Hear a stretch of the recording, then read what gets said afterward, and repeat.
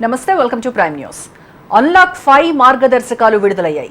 మరిన్ని సడలింపులు ఇచ్చింది కేంద్రం. థియేటర్లు, మల్టీప్లెక్స్లు 15 నుంచి ప్రారంభం కానున్నాయి. కాకపోతే కండిషన్ సప్లై. అదే 15 తర్వాత పరిస్థితులను బట్టి స్కూల్స్ ఓపెన్ చేసుకోవచ్చు. నిర్ణయం తీసుకునే హక్కు రాష్ట్రాలకు ఉంటుంది. అయితే మా పిల్లలను పంపించడానికి మాకు సమ్మతమే అని పేరెంట్స్ నుంచి లెటర్ కంపల్సరీ. సడలింపులు ఇచ్చారు కదా అని జాగ్రత్తలు జాంతానాయి అన్నారో చెల్లించక తప్పదు భారీ మూల్యం అని హెచ్చరిస్తున్నారు డాక్టర్లు. ఇక బాబ్రీ కేసులో నిందితులంతా నిర్దోషులే అని తేల్చింది సిబిఐ కోర్టు. ఇది మనస్ఫూర్తిగా ఆహ్వానించే తీర్పు అని అద్వానీ అంటే అందరూ నిర్దోషులే అయితే మసీద్ ఎలా కూలిందని ప్రశ్నిస్తున్నాయి ప్రతిపక్షాలు. ఇక హత్రాస్ గ్యాంగ్ రేప్ బాధితురాలికి అర్ధరాత్రి హడావిడిగా అంత్యక్రియలు నిర్వహించారు పోలీసులు. ఎందుకంత తొందర? ఏదో అనుమానంగా ఉందని విపక్షాలు భగ్గుమంటున్నాయి. ఇక తెలుగు రాష్ట్రాల అప్డేట్స్ చూస్తే అపెక్స్ కౌన్సిల్ భేటీకి కసరత్తు షురూ చేసింది తెలంగాణ సర్కార్. ఇది వినిపిద్దాం, ఇలా నిలదీద్దాం అంటూ అధికారులకు కీలక సూచనలు చేశారు కేసీఆర్. అన్ని వివరాలతో రండి, రేపు తేల్చేద్దాం అంటూ ఉన్నత స్థాయి సమావేశం నిర్వహణకు సిద్ధమయ్యారు. ఇక తగ్గినట్టే తగ్గిన కరోనా మళ్లీ తెలుగు రాష్ట్రాల్లో విజృంభిస్తుంటే వైరస్ కట్టడిలో తమ ప్రభుత్వం ఆదర్శంగా నిలిచిందంటోంది ఏపీ. డ్రగ్స్ కేసులో ఆ 3 బడా స్టార్లకు సమన్లు జారీ చేసేందుకు ఎన్సీబీ సిద్ధమైంది. ఆధారాలు కూడా సంపాదించిందట. ఇంతకీ ఎవరా 3? ఎస్ఏఆర్ పేరుతో చాటింగ్ చేసింది ఎవరు? చూద్దాం హెడ్లైన్స్ తర్వాత. అక్టోబర్ 15 నుంచి తెరుచుకోనున్న థియేటర్లు, మల్టీప్లెక్స్లు. అన్లాక్ 5 మార్గదర్శకాలు విడుదల చేసిన కేంద్రం. బాబ్రీ మసీద్ కేసులో నిందితులంతా నిర్దోషులే. ఆధారాలు లేవని కేసు కొట్టేసిన సిబిఐ కోర్టు. బీజేపీ శ్రేణుల సంబరాలు. అందరూ నిర్దోషులే అయితే మరి మసీదు కూల్చిందెవరు? తీర్పు ప్రభుత్వానికి అనుకూలంగా ఉందంటూ విపక్షాల ఫైర్. అర్ధరాత్రి హడావిడిగా హత్రాస్ గ్యాంగ్ రేప్ బాధితురాలి అంత్యక్రియలు. పోలీసుల తీరుపై అనుమానాలు. యోగి రాజీనామా చేయాలని కాంగ్రెస్ డిమాండ్. అపెక్స్ కౌన్సిల్ భేటీకి కసరత్తు మొదలుపెట్టిన తెలంగాణ సర్కార్. రేపు కేసీఆర్ ఉన్నత స్థాయి సమావేశం. అన్ని వివరాలతో రావాలని అధికారులకు ఆదేశం. ఎన్నికల షెడ్యూల్, నిర్వహణ ఈసీ పరిధిలోని అంశం. గ్రేటర్ ఎన్నికలపై తన వ్యాఖ్యలు వక్రీకరించారన్న మంత్రి కేటీఆర్. ప్రభుత్వాసుపత్రులు కార్పొరేట్ లుక్ తో మెరిసిపోవాలి. 3 ఏళ్లలో నిర్మాణాలన్నీ పూర్తి కావాలన్న సీఎం జగన్. ఏబీ వెంకటేశ్వరరావుకు హైకోర్టులో చుక్కెదురు. అరెస్టు చేయకుండా ఆదేశాలు ఇవ్వాలన్న పిటిషన్ తిరస్కరణ.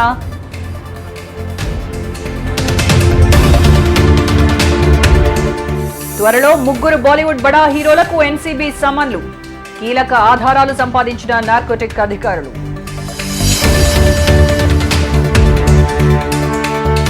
రెండు రోజుల తర్వాత మళ్లీ దిగొచ్చిన బంగారం ధరలు. అప్ అండ్ డౌన్స్ మరికొన్ని రోజులుంటాయన్న బులియన్ వర్గాలు.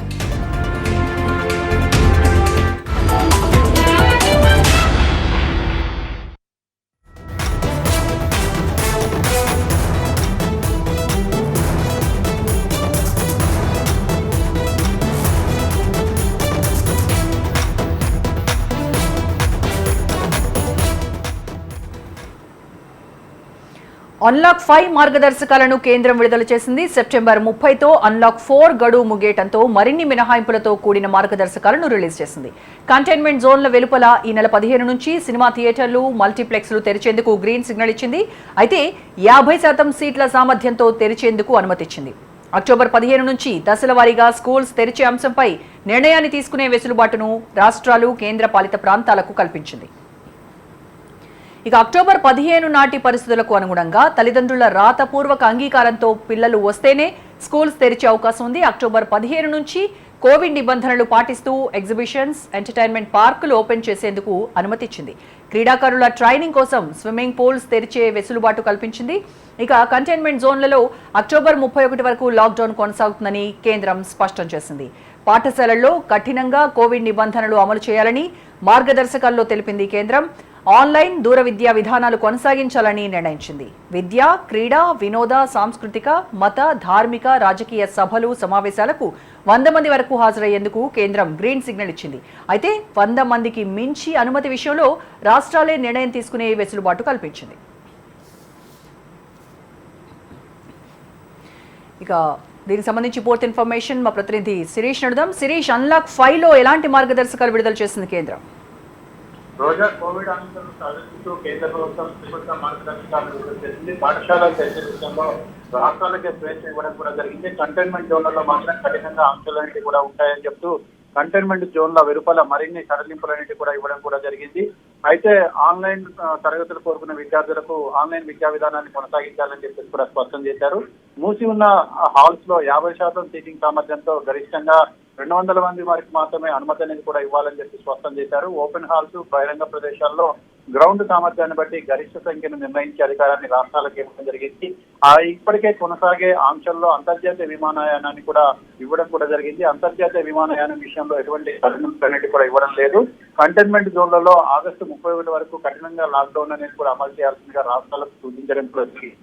అంతర్రాష్ట్ర ప్రజా రవాణా, సరుకు రవాణాపై ఎటువంటి ఆంక్షలు కూడా లేవు అని చెప్పేసి కూడా కేంద్ర ప్రభుత్వం స్పష్టం చేయడం కూడా జరిగింది. అయితే తెరుచుకున్న అన్ని చోట్ల కూడా కఠినంగా కోవిడ్ జాగ్రత్తలను కూడా అమలు చేయాలని చెప్పేసి కూడా కేంద్ర ప్రభుత్వం స్పష్టం కూడా చేయడం జరిగింది. ఒకవైపు కోవిడ్ జాగ్రత్తలు తీసుకుంటే మరోవైపు ఆర్థిక కార్యకలాపాలను ప్రారంభించడానికి అనుమతి అనేది కూడా ఇవ్వాలి, రాష్ట్రాలు జాగ్రత్తగా వ్యవహరించాలని చెప్పేసి కూడా కేంద్ర ప్రభుత్వం స్పష్టం చేసింది. రోజా ఎన్నో ఏళ్ల ఉత్కంఠకు తెరపడింది. బాబ్రీ మసీద్ కూల్చివేత కేసులో నిందితులంతా నిర్దోషులేనని సిబిఐ స్పెషల్ కోర్టు తేల్చింది. సరైన ఆధారాలు లేకపోవడంతో కేసును కొట్టేసింది. న్యాయమే గెలిచిందని బీజేపీ అంటుంటే తీర్పు ప్రభుత్వానికి అనుకూలంగా ఉందని విపక్షాలు విమర్శిస్తున్నాయి. అందరూ నిర్దోషులే అయితే మసీదు కూల్చింది ఎవరు అంటూ ఎంఐఎం ఆరోపిస్తోంది. ఉత్కంఠ రేపిన బాబ్రీ మసీదు కూల్చివేత కేసుకు తెరపడింది. ఆరోపణలు ఎదుర్కొంటున్న వాళ్ళంతా నిర్దోషులుగా తేలుస్తూ సిబిఐ ప్రత్యేక న్యాయస్థానం తీర్పు వెలువరించింది. వీరంతా నేరపూరితంగా కుట్రకు పాల్పడ్డారు అనడానికి ఎలాంటి ఆధారాలు లేవని కోర్టు తెలిపింది. నిందితులపై మోపిన అభియోగాలను సిబిఐ నిరూపించలేకపోయిందని న్యాయస్థానం అభిప్రాయపడింది. సరైన ఆధారాలు లేకపోవడం వల్ల వారందరిపై అభియోగాలు కొట్టివేస్తున్నట్లు తీర్పులో వెల్లడించింది. విచారణలో భాగంగా 351 మంది సాక్షులను సిబిఐ విచారించింది. ఈ కేసులో మొత్తం 49 మంది నిందితులు ఆరోపణలు ఎదుర్కోగా కేసు విచారణలో ఉండగానే 17 మంది చనిపోయారు.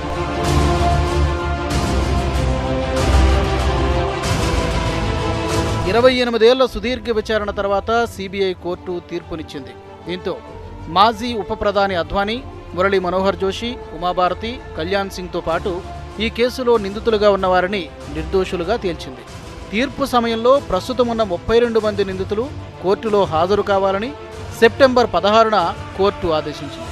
అయితే వయోభారం, కరోనా కారణంగా అద్వానీ, మురళీ మనోహర్ జోషి, మహంత్ నృత్యగోపాల్ దాస్ న్యాయస్థానానికి హాజరు కాలేకపోయినట్లు తెలుస్తోంది. ఉమాభారతి, కళ్యాణ్ సింగ్కు కరోనా సోకడంతో వారు చికిత్స పొందుతున్నారు. వీరంతా తీర్పు సమయంలో వీడియో కాన్ఫరెన్స్ ద్వారా అందుబాటులో ఉన్నారు. సాక్షి మహారాజ్, వినయ్ కటియార్, ధరందాస్, పవన్ పాండే, వేదాంతి, లల్లూ సింగ్, చంపత్ రాయ్తో పాటు మిగతా వారంతా కోర్టుకు హాజరయ్యారు.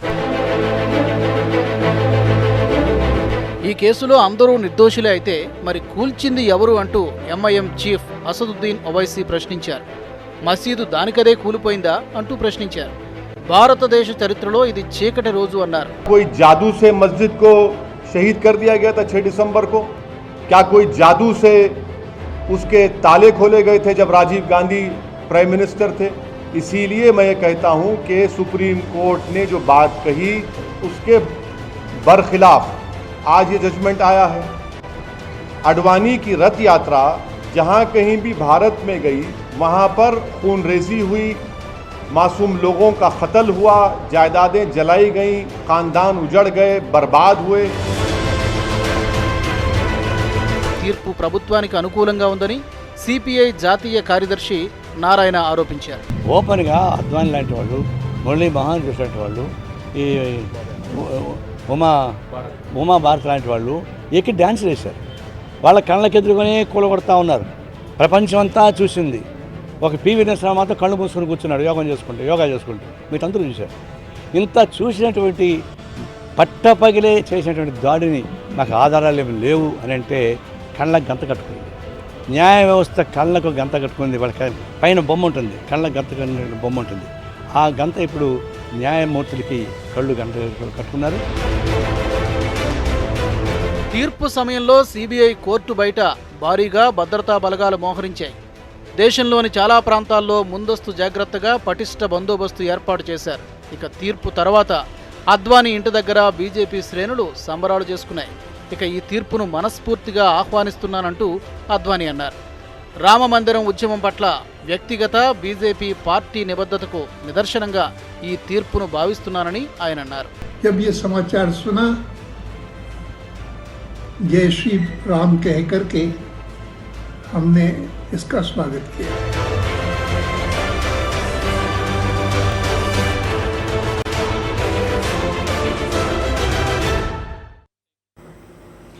యూపీ హత్రాస్ గ్యాంగ్ రేప్ బాధితురాలి అంత్యక్రియలను పోలీసులు అర్ధరాత్రి హడావిడిగా నిర్వహించారు. అసలు ఎందుకు ఇలా చేయాల్సి వచ్చింది? అంతిమ సంస్కారాలు తాము నిర్వహిస్తామన్నా ఆ కుటుంబానికి డెడ్ బాడీని ఎందుకు అప్పగించలేదు? పోలీసుల వైఖరిపై అనుమానాలు వ్యక్తం చేస్తూ విపక్షాలు భగ్గుమంటున్నాయి.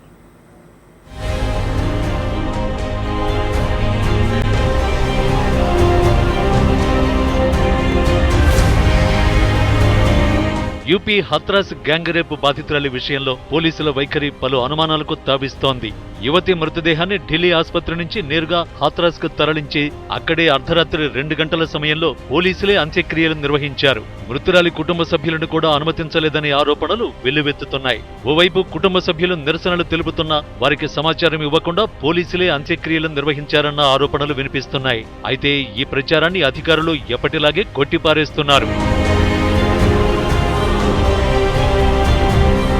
సంప్రదాయం ప్రకారం అంత్యక్రియలు నిర్వహిస్తామని కుటుంబ సభ్యులు కోరగా పోలీసులను నిరాకరించినట్లు మృతురాలి బంధువులు ఆరోపిస్తున్నారు. అంత్యక్రియల సమయంలో తమను ఇళ్లలోనే బంధించారని అంటున్నారు. డెడ్ బాడీని చివరిసారిగా చూసేందుకు కూడా అవకాశం ఇవ్వలేదని బాధితురాలి తల్లిదండ్రులు అంటున్నారు. అయితే బాధితురాలి మృతదేహానికి అంత్యక్రియలు నిర్వహించే సమయంలో కుటుంబ సభ్యులను నిర్బంధించారనే ఆరోపణలను జిల్లా మేజిస్ట్రేట్ ఖండించారు. హత్రాస్ యువతి గ్యాంగ్ రేప్ పై దేశవ్యాప్తంగా నిరసనలు వెల్లువెత్తుతున్నాయి. ఈ ఘటనపై ప్రధాని మోడీ యూపీ సీఎం యోగి ఆదిత్యనాథ్ కు ఫోన్ చేశారు. హత్రాస్ ఘటనకు బాధ్యులైన వారిని కఠినంగా శిక్షించాలని ఆదేశించారు. ఎట్టి పరిస్థితుల్లోనూ వారిని విడిచిపెట్టకూడదని సూచించారు. ఈ విషయాన్ని స్వయంగా సీఎం యోగి తెలిపారు. ఈ ఘటనలో హంతకులు శిక్ష నుంచి తప్పించుకోలేరని, కేసు దర్యాప్తు కోసం ప్రత్యేక బృందాన్ని ఏర్పాటు చేశామని సీఎం యోగి తెలిపారు. బాధితురాలికి త్వరితగతిన న్యాయం జరిగేలా ఫాస్ట్ ట్రాక్ కోర్టులో కేసు విచారణ జరుగుతుందని చెప్పారు.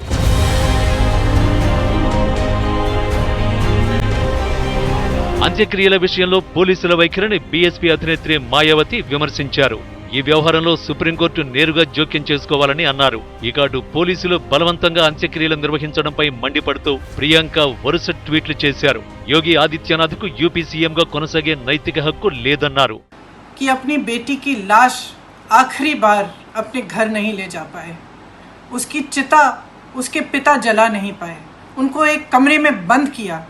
इस तरह का व्यवहार अमानवीयता का सबसे बड़ा उदाहरण है. आपकी सरकार कितनी अमानवीय है. क्या क्या हो रहा है उत्तर प्रदेश में और आप जिम्मेदारी नहीं ले रहे हैं. आप आज भी ये बयान दे रहे हैं कि प्रधानमंत्री जी के फोन करने के बाद आपने SIT जारी की है. ये पहले क्यों नहीं किया गया? ఆయన తన పదవికి రాజీనామా చేయాలని డిమాండ్ చేశారు. బాధితురాలు ప్రాణాలతో ఉన్నప్పుడు కూడా సరైన రక్షణ కల్పించలేదని, సకాలంలో వైద్యం కూడా అందించలేదని ఆరోపించారు.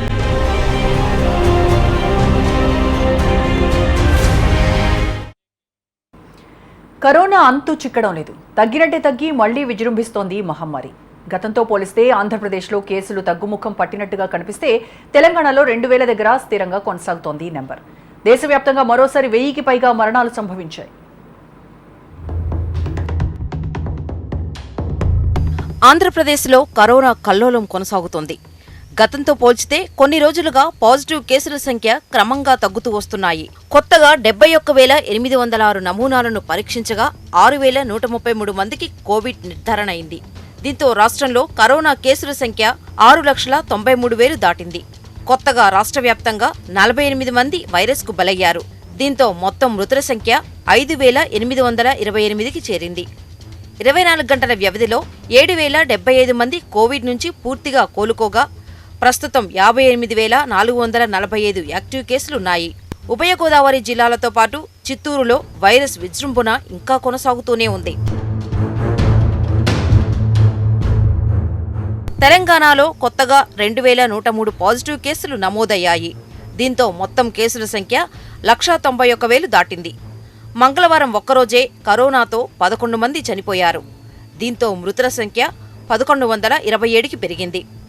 కరోనా బారి నుంచి ఒక్క రోజులోనే 2243 మంది కోలుకున్నారు. రాష్ట్రంలో ప్రస్తుతం 29326 యాక్టివ్ కేసులు ఉన్నాయి. ఇక రాష్ట్ర వ్యాప్తంగా ఇప్పటివరకు 30 లక్షల వరకు కోవిడ్ పరీక్షలు నిర్వహించారు. దేశవ్యాప్తంగా కరోనా కేసుల ఉధృతి కొనసాగుతోంది. సోమవారం కేసులు, మరణాల సంఖ్య తగ్గినప్పటికీ మళ్లీ ఆ నెంబర్ పెరిగింది. కొత్తగా 80,472 పాజిటివ్ కేసులు నమోదయ్యాయి. దీంతో దేశంలో ఇప్పటివరకు కరోనా కేసుల సంఖ్య 62,25,000 దాటింది. వీరిలో ఇప్పటికే 51,87,000 మందికి పైగా కోలుకున్నారు. మంగళవారం ఒక్కరోజే 86,428 మంది కోలుకున్నారు. ప్రస్తుతం దేశంలో 9,40,000 యాక్టివ్ కేసులు ఉన్నాయి. కొత్తగా 1,179 మంది కరోనాకు బలయ్యారు. దీంతో మొత్తం మరణాల సంఖ్య 97,497కి పెరిగింది.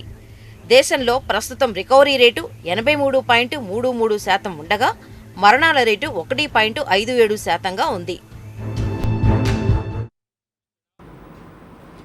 కరోనా వైరస్ కట్టడిలో ఏపీ ఆదర్శంగా నిలిచిందని మంత్రి ఆళ్ల నాని అన్నారు. దేశంలోనే కోవిడ్ పరీక్షలు అత్యధికంగా చేసిన రాష్ట్రం ఏపీనే అన్న ఆయన 14 ల్యాబ్లు ఏర్పాటు చేసి రోజుకు సుమారు 70,000 పరీక్షలు చేస్తున్నామని చెప్పారు. కోవిడ్పై ఎప్పటికప్పుడు సమీక్షలు చేస్తూ తగిన చర్యలు తీసుకుంటున్నామని వివరించారు. ఇలాంటి విపత్కర పరిస్థితుల్లోనూ చంద్రబాబు నాయుడు అసత్య ప్రచారాలు చేస్తున్నారని మండిపడ్డారు. గత కొద్ది రోజులుగా ఈ పాజిటివిటీ రేటు కూడా మరి ఏ విధంగా తగ్గుముఖం పడుతుందో మనం చూసాం. అదేవిధంగా రికవరీ రేట్ కూడా సుమారుగా 90.51% మనం రికవరీ పర్సంటేజ్ని కూడా మనం తీసుకువెళ్ళగలిగాం. అదేవిధంగా టెస్టుల్లో కూడా పర్ మిలియన్ టెస్టుల్లో మనం దేశంలోనే ప్రథమ స్థానాన్ని మనం పొందినటువంటి విషయం రాష్ట్ర ప్రజలందరికీ కూడా తెలుసు. ఇవన్నీ నేను ఇప్పుడు కొత్తగా చెప్పేటువంటి అంశాలేం కాదు. అక్టోబర్ 6న జరగనున్న అపెక్స్ కౌన్సిల్ భేటీకి తెలంగాణ సర్కార్ సిద్ధమవుతోంది. ఇలా మాట్లాడదాం, వాదనలు ఇలా వినిపిద్దాం, హక్కుల కోసం ఇలా పోరాడతామంటూ అధికారులకు సీఎం కేసీఆర్ కీలక సూచనలు చేశారు. రేపు ప్రగతి భవన్లో ఉన్నత స్థాయి సమావేశం ఏర్పాటు చేశారు.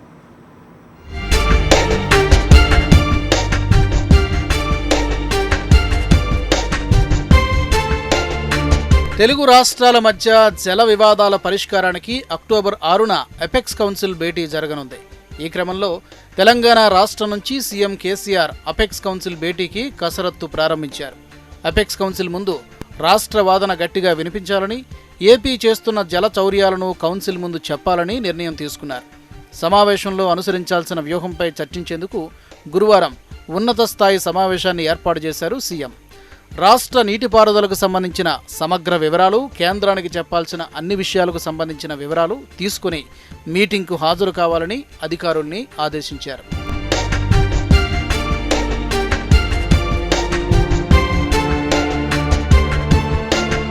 నదీ జలాల వినియోగం విషయంలో అనవసరంగా ఏపీ కయ్యానికి కాలు దువ్వుతోందని, ఆంధ్రప్రదేశ్ సర్కారు చేస్తున్న వాదనలకు ధీటుగా సమాధానం చెప్పాలని కేసీఆర్ అన్నారు. మళ్లీ తెలంగాణ జోలికి ఏపీ రాకుండా వాస్తవాలను కొండ బద్దలు కొట్టినట్టు స్పష్టం చేయాలని అధికారుల్ని ఆదేశించారు. అపెక్స్ కౌన్సిల్ భేటీకి పగడ్బందీగా సన్నద్ధమై అధికారులు రావాలని సూచించారు. తెలంగాణ ప్రజల హక్కుల్ని హరించేందుకు జరుగుతున్న ప్రయత్నాన్ని గట్టిగా ప్రతిఘటించాలని, నిజానిజాలను దేశం మొత్తం తెలిసేలాగా కౌన్సిల్ భేటీలో మాట్లాడాలని కేసీఆర్ భావిస్తున్నారు.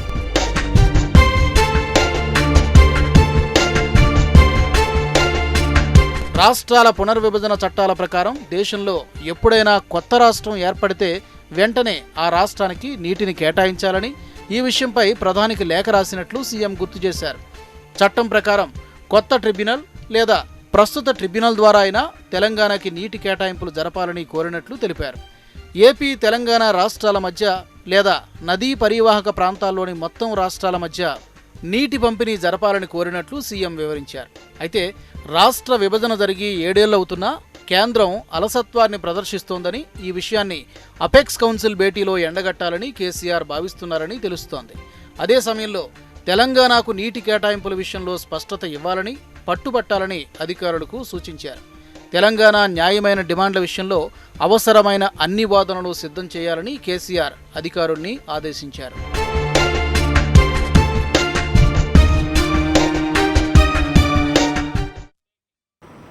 ఎన్నికల షెడ్యూల్ నిర్వహణ పూర్తిగా ఎలక్షన్ కమిషన్ పరిధిలోని అంశమని మంత్రి కేటీఆర్ అన్నారు. గ్రేటర్ ఎన్నికలపై తాను చేసిన వ్యాఖ్యలను కొందరు వక్రీకరించి చెప్తున్నారంటూ ట్విట్టర్ ద్వారా వెల్లడించారు. జీహెచ్ఎంసీ యాక్ట్ ప్రకారం నవంబర్ 2వ వారం తర్వాత ఎన్నికలు ఎప్పుడైనా జరగొచ్చని మాత్రమే తాను చెప్పినట్టు గుర్తు చేశారు. అందుకే సిద్ధంగా ఉండాలని తమ పార్టీ నాయకులకు పిలుపునిచ్చినట్టు క్లారిటీ ఇచ్చారు కేటీఆర్.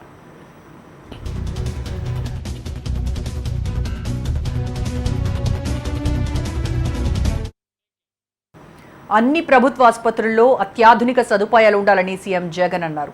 ఆసుపత్రికి వచ్చే రోగులకు కార్పొరేట్ లుక్ కనిపించాలని తెలిపారు. ప్రభుత్వ ఆసుపత్రుల్లో నాడు నేడు కార్యక్రమంపై సమీక్ష నిర్వహించిన ఆయన అధికారులకు కీలక సూచనలు చేశారు. చరిత్రలో నిలిచిపోయే విధంగా కొత్త ఆసుపత్రుల నిర్మాణాలు ఉండాలని, 3 ఏళ్లలో అన్నీ పూర్తి కావాలని ఆదేశించారు.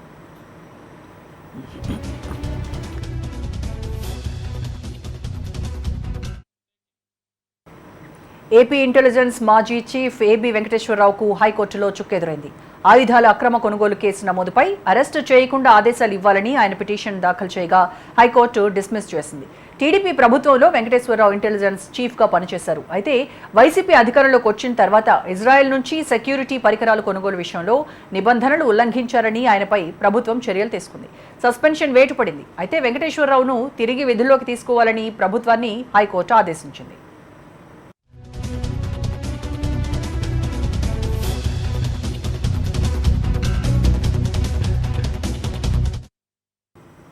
ఆలయాలపై ఎవరు దాడులు చేసినా తప్పేనని, అలాంటి వాళ్లను ప్రభుత్వం అణచివేయాలని త్రిదండి చినజీయర్ స్వామి కోరారు. దేవాలయ సంపదను ఎవరు నాశనం చేసినా జాతికి, దేశానికి నష్టమేనన్నారు. సింహాద్రి అప్పన్న ఆలయాన్ని దర్శించుకునేందుకు వెళ్లిన ఆయన ఏపీలో పలు ఆలయాల్లో చోటు చేసుకున్న ఘటనలపై స్పందించారు. గుడికి విచ్చేసిన చినజీయర్కు ఆలయ అధికారులు పూర్ణ కుంభంతో స్వాగతం పలికారు.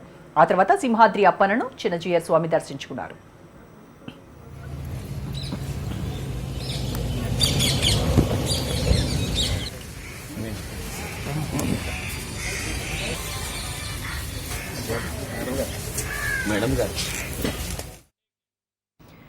బాలీవుడ్ డ్రగ్స్ వ్యవహారం మలుపుల మీద మలుపులు తిరుగుతోంది. ఇప్పటికే దీపిక, సారా అలీ ఖాన్, శ్రద్ధా కపూర్ను ప్రశ్నించిన ఎన్సీబీ అధికారులు కేసులో స్పీడ్ పెంచారు. మరో 3 బాలీవుడ్ సూపర్ స్టార్లకు సమన్లు జారీ చేసేందుకు గ్రౌండ్ సిద్ధం చేసినట్టుగా తెలుస్తోంది. డ్రగ్స్ కేసుతో వాళ్లకు లింక్ ఉన్నట్టు ఇప్పటికే అధికారులు డిజిటల్ ప్రూఫ్స్ కూడా సంపాదించినట్టు సమాచారం. ఇక నేషనల్ మీడియాలో కథనాలు కూడా వస్తున్నాయి. SAR పేర్లతో ఉన్న కాంటాక్ట్లతో డ్రగ్స్ చాటింగ్ నడిచినట్టుగా తెలుస్తోంది. అయితే ఆ 3 ఒకరితో ఒకరు కాంటాక్ట్లో ఉన్నారని సమాచారం. దీంతో వారెవరు అన్న దానిపై ఇప్పుడు ఉత్కంఠ మొదలైంది. ఆ 3తో పాటు మరో 8 మంది బాలీవుడ్ యాక్టర్లపై కూడా ఎన్సీబీ లెన్స్ పెట్టింది. ఎప్పటికప్పుడు వాళ్ల గురించి ఆరా తీస్తోంది. త్వరలోనే వారందరికీ సమన్లు జారీ చేసే అవకాశం ఉందని తెలుస్తోంది. కరోనా పరిస్థితులను దృష్టిలో పెట్టుకుని యూపీఎస్సీ సివిల్ సర్వీసెస్ పరీక్షలు వాయిదా వేయాల్సిందిగా దాఖలైన పిటిషన్పై సుప్రీంకోర్టులో విచారణ జరిగింది. పిటిషన్దారుడు యూపీఎస్సీ నుంచి రిలాక్సేషన్ కోరుకుంటే అది మర్యాదపూర్వకంగా ఒప్పించేదిగా ఉండాలని న్యాయస్థానం సూచించింది. యూపీఎస్సీ బోర్డు పరీక్షలు నిర్వహించడానికే మొగ్గు చూపుతోందని స్పష్టం చేసింది. అయితే కరోనా కారణంగా అసాధారణ పరిస్థితులు తలెత్తాయని, పరీక్షలు వాయిదా వేయాలని పిటిషనర్లు వాదించారు. అయితే ఇప్పటికే పరీక్ష నిర్వహణ కోసం 50 కోట్ల రూపాయలు ఖర్చు చేశామని, ప్రిలిమినరీ ఎగ్జామ్ వాయిదా వేసే ప్రసక్తే లేదని యూపీఎస్సీ మరోసారి స్పష్టం చేసింది.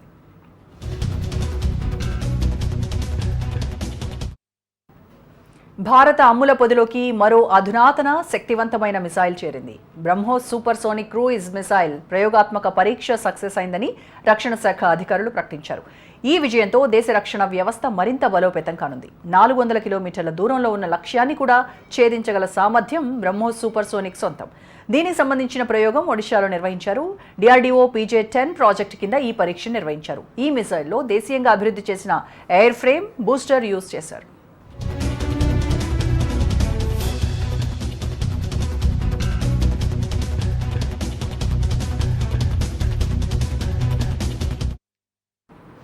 బ్యాంక్ కార్డు మోసాలకు చెక్ పెడుతూ రిజర్వ్ బ్యాంక్ ఆఫ్ ఇండియా కొత్త గైడ్ లైన్స్ రేపటి నుంచి అమల్లోకి రానున్నాయి. క్రెడిట్, డెబిట్ కార్డులకు మరింత రక్షణ కల్పించేలా నూతన విధానాన్ని తీసుకొస్తున్నామని ఆర్బీఐ వెల్లడించింది. తక్షణమే అన్ని బ్యాంకులు, కార్డులను జారీ చేసే కంపెనీలు అనవసరంగా అంతర్జాతీయ డిజిటల్ చెల్లింపు సేవలను తీసివేయాలని, కార్డు వినియోగదారుడు చాయిస్ మేరకు ఆ సౌకర్యాన్ని కల్పించాలని ఆర్బీఐ కొత్త మార్గదర్శకాలు జారీ చేసింది. కొత్త నిబంధనల ప్రకారం ఇంటర్నేషనల్ ఆన్లైన్ లావాదేవీలు, కాంటాక్ట్లెస్ కార్డ్ ట్రాన్సాక్షన్స్కు క్రెడిట్ కార్డులను వాడాలంటే ముందస్తు అనుమతి తప్పనిసరి. ఉపయోగంపై ముందుగానే పరిమితులను పెట్టుకోవచ్చు. ఈ పరిమితి దాటి కార్డు ద్వారా లావాదేవీకి ప్రయత్నిస్తే వెంటనే SMS ద్వారా మొబైల్ ఫోన్కు సమాచారం అందుతుంది. బ్యాంకులు జారీ చేసే క్రెడిట్, డెబిట్ కార్డులు ATMల్లోనూ పాయింట్ ఆఫ్ సేల్స్ దగ్గర మాత్రమే పనిచేస్తాయి.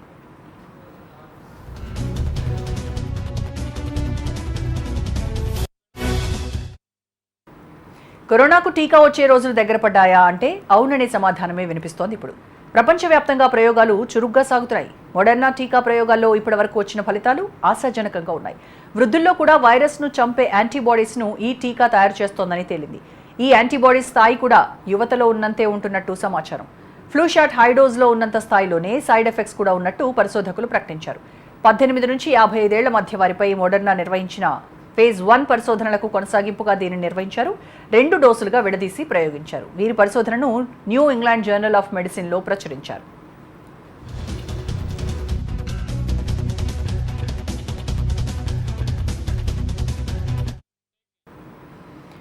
ఫ్యూచర్లో నువ్వు ధోని అవుతావు అని ఆ ఎంపీ ఎందుకలా అవడం, అతనిలానే ఉండనివ్వాలని మరో ఎంపీ, ఇలా సంజు శాంసన్ చుట్టూ తెలియకుండానే ఓ వివాదం మొదలైంది. అయితే ఈ కాంట్రవర్సీకి ఎండ్ కార్డ్ చెప్పే ప్రయత్నం చేశాడు సంజు.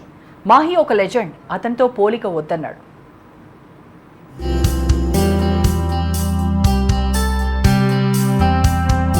ఐపీఎల్లో రాజస్థాన్ ప్లేయర్ సంజు శాంసన్ రెచ్చిపోతున్నాడు. హార్డ్ హిట్టింగ్ తో అవలీలగా బంతిని స్టేడియం దాటించేస్తున్నాడు. ఇలాంటి డైమండ్గా భారత్ జట్టులో అవకాశం ఇవ్వడం లేదన్న చర్చ కూడా జరుగుతుంది అక్కడక్కడ. ఇక కొందరైతే ఓ అడుగు ముందుకేసి ధోనీతో కంపేర్ చేయడం స్టార్ట్ చేశారు. ఈ వ్యవహారంలో ఎంపీలు శశి థరూర్, గౌతమ్ గంభీర్ మధ్య ట్విట్టర్ వేదికగా మినీ సెజ్ యుద్ధమే మొదలైంది.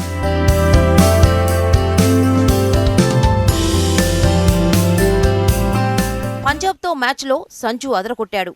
అతని బ్యాటింగుకు ఫిదా అయిన శశి థరూర్ భవిష్యత్తు ధోని అంటూ కితాబిస్తే ఎందుకలా పోలికి పెడతారు, అతన్ని అతనిలా ఆడనివ్వండని అన్నాడు గంభీర్.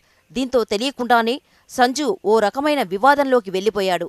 అయితే ధోనిలా ఎవరూ ఆడలేరు, అతన్ని ఫాలో అవ్వాలే తప్ప ఇమిటేట్ చేయొద్దంటూ ఈ కాంట్రవర్సీకి ఫుల్ స్టాప్ పెట్టే ప్రయత్నం చేశాడు సంజు శాంసన్. ధోని ఒక లెజెండ్ అని చెప్పుకొచ్చాడు. ఇక ధోనిలా అన్న చర్చ వద్దని సంజు అన్నాడు. ఎలా ఆడాలి, ఆటతీరు ఎలా మెరుగుపడాలన్న దానిమీదే తన దృష్టి ఉందన్నాడు. ఉన్నన్ని రోజులు ఆట కోసం జీవితం ధారపోయాలన్న విరాట్ మాటలతో క్రికెట్ మీదే తప్ప తన దృష్టి మరోచోట లేదని శాంసన్ వివరించాడు. కొన్నేళ్లుగా పవర్ హిట్టింగ్ మీద కష్టపడుతున్నానని, మానసికంగా ఎంతో ఆరోగ్యంగా ఉండటం వల్లే బాగా ఆడగలుగుతున్నానని చెప్పుకొచ్చాడు.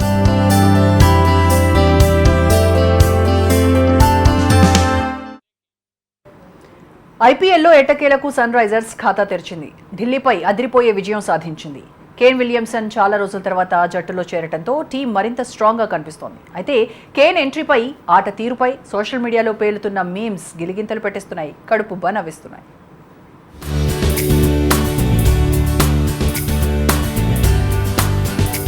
ఐపీఎల్లో ఎట్టకేలకు మనోళ్లు బోని కొట్టారు. మొదటి 2 మ్యాచ్లో ఓటమి మూటగట్టుకున్న సన్ రైజర్స్ హైదరాబాద్ ఢిల్లీతో జరిగిన పోరులో సూపర్ విక్టరీ సాధించింది. వార్నర్, బెయిర్స్టో, విలియమ్సన్ అదరకొట్టగా రషీద్ ఖాన్ బంతితో మ్యాజిక్ చేశాడు. అయితే ఇదంతా ఎలా ఉన్నా ఇప్పుడు విలియమ్సన్ గురించి సోషల్ మీడియాలో మేమ్స్ పేలుతున్నాయి. నువ్వే మా బలం మామా అంటూ మేమర్సు తెగ హల్చల్ చేస్తున్నారు. నో కేన్ నో గెయిన్ అంటూ మ్యాచ్ మధ్యలో ఎల్ఈడీ స్క్రీన్ మీద కనిపించగా నిజంగా అదే నిజం అంటూ మేమర్స్ రెచ్చిపోయారు.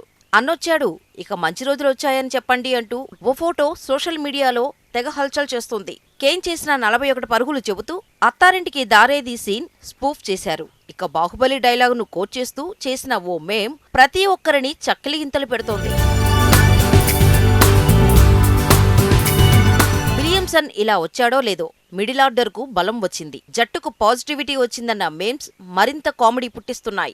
మేమర్స్ ఎలాంటి జోకులేసినా ఒకటి మాత్రం వాస్తవం, Sunrisers middle order strong గా కనిపిస్తుంది. ఇప్పుడు ఓపెనర్లు ఎలాగూ అదరగొడుతున్నారు. ధోని తర్వాత అంత కూల్ కెప్టెన్ అని పేరు తెచ్చుకున్న కేన్ నాయకత్వంలో ఈసారి కప్పు మనదే అని సన్ రైజర్స్ ఫ్యాన్స్ మురిసిపోతున్నారు.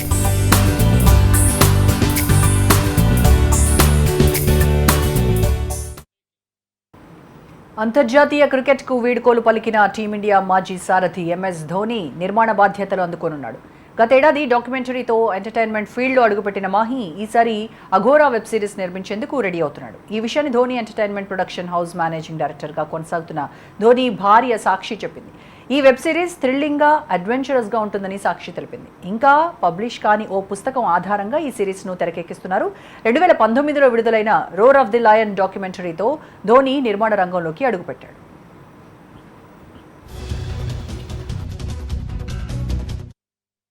రెండు రోజులు వరుసగా పెరిగిన బంగారం ధరలు ఇవాళ భారీగా దిగొచ్చాయి. అంతర్జాతీయ మార్కెట్లో పసిడి ధరలు తగ్గడంతో దేశీయ మార్కెట్లోనూ రేట్లు తగ్గుముఖం పట్టాయి. MCXలో 10 గ్రాముల బంగారం $400 పైగా తగ్గి 50,272కు పడిపోయింది. ఇక కిలో వెండి ఏకంగా $1,700 పతనమై $60,765 పలికింది. ఆగస్టులో బంగారం ఆల్ టైమ్ హై తాకినప్పటి నుంచి ఇప్పటి వరకు $6,000 దిగొచ్చింది. డాలర్ బలపడ్డం, అమెరికాలో మరో ఉద్దీపన ప్యాకేజ్ ప్రకటించవచ్చనే సంకేతాలతో గ్లోబల్ మార్కెట్లో గోల్డ్ ధరలు తగ్గుముఖం పట్టాయి.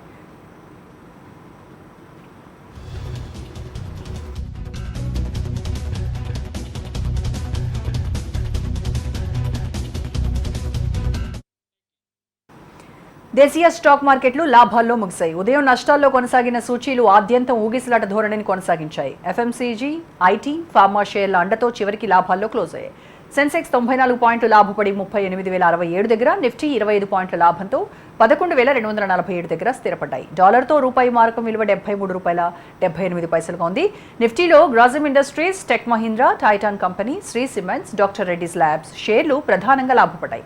Bharat petroleum, Bharti Airtel, Tata steel, JSW steel, HDFC life insurance షేర్లు నష్టాలను చవిచూశాయి.